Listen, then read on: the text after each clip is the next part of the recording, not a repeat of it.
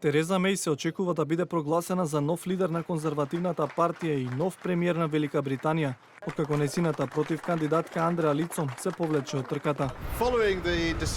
По одлуката на господја Андреа Лицом да се повлече од трката за лидер на конзервативците, господја Тереза Меј останува единствениот кандидат.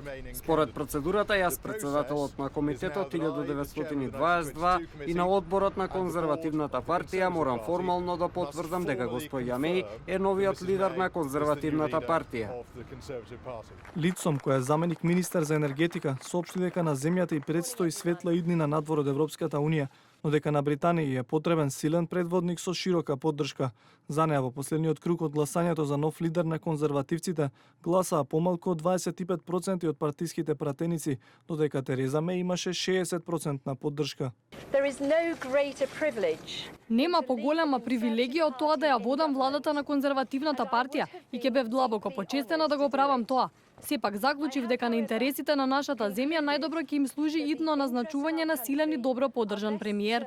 Затоа се повлекувам од изборите за лидер и посакувам голем успех на Тереза Меј и ја нудам мојата целосна поддршка. Досегашната министерка за внатрешни работи, иако ја поддржуваше кампањата за останување во Европската унија, ја уверува јавноста дека ќе го спроведе и ќе извлече максимум од Брекзитот.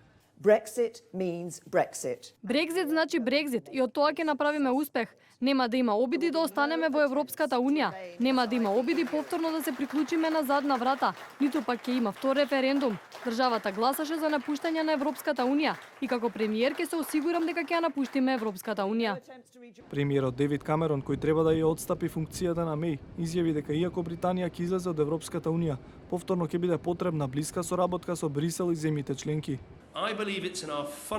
Мислам дека наш основен национален и економски интерес е да останеме многу блиско до Европската унија за трговија, бизнис, безбедност и соработка. Тоа треба да ни биде цел. Добар однос со Европа, поголема продуктивност, поголем извоз и внатрешни инвестиции. Ова се работите кои треба да ги направиме, но ќе бидат потребни големи национални напори. Официјализирањето на промената на премиерската функција се очекува да се случи деновиве, откако одборот на конзервативната партија ќе ги договори сите детали.